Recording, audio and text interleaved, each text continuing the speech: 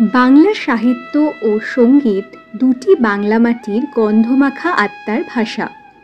এই দুটি যখন মিলিত হয় তখন জন্ম নেয় এক অনন্য সৃষ্টি, যা মন ছুঁয়ে যায়। বাংলা সাহিত্যে সঙ্গীতের ব্যবহার শুরু হয় বহুদিন আগে।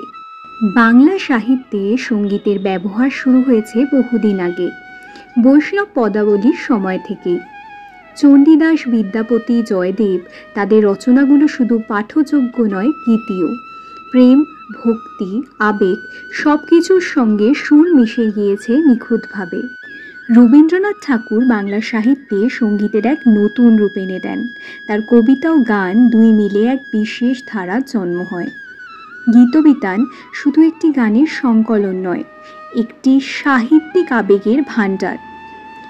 তার গানে যেমন প্রকৃতি তেমনি দর্শন, যেমন প্রেম তেমনি বিচ্ছেদ। নজরুল ইসলামের লেখায় সঙ্গীত হয়ে ওঠে বিদ্রোহের ভাষা।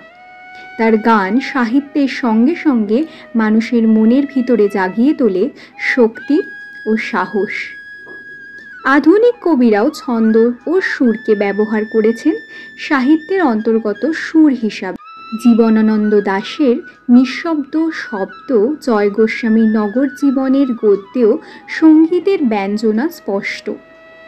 বাংলা সাহিত্যে সঙ্গীত কখনো হৃদয়ের ভাষা, কখনো প্রতিবাদের হাতিয়ার, আবার কখনো নিঃশব্দ ভালোবাসা।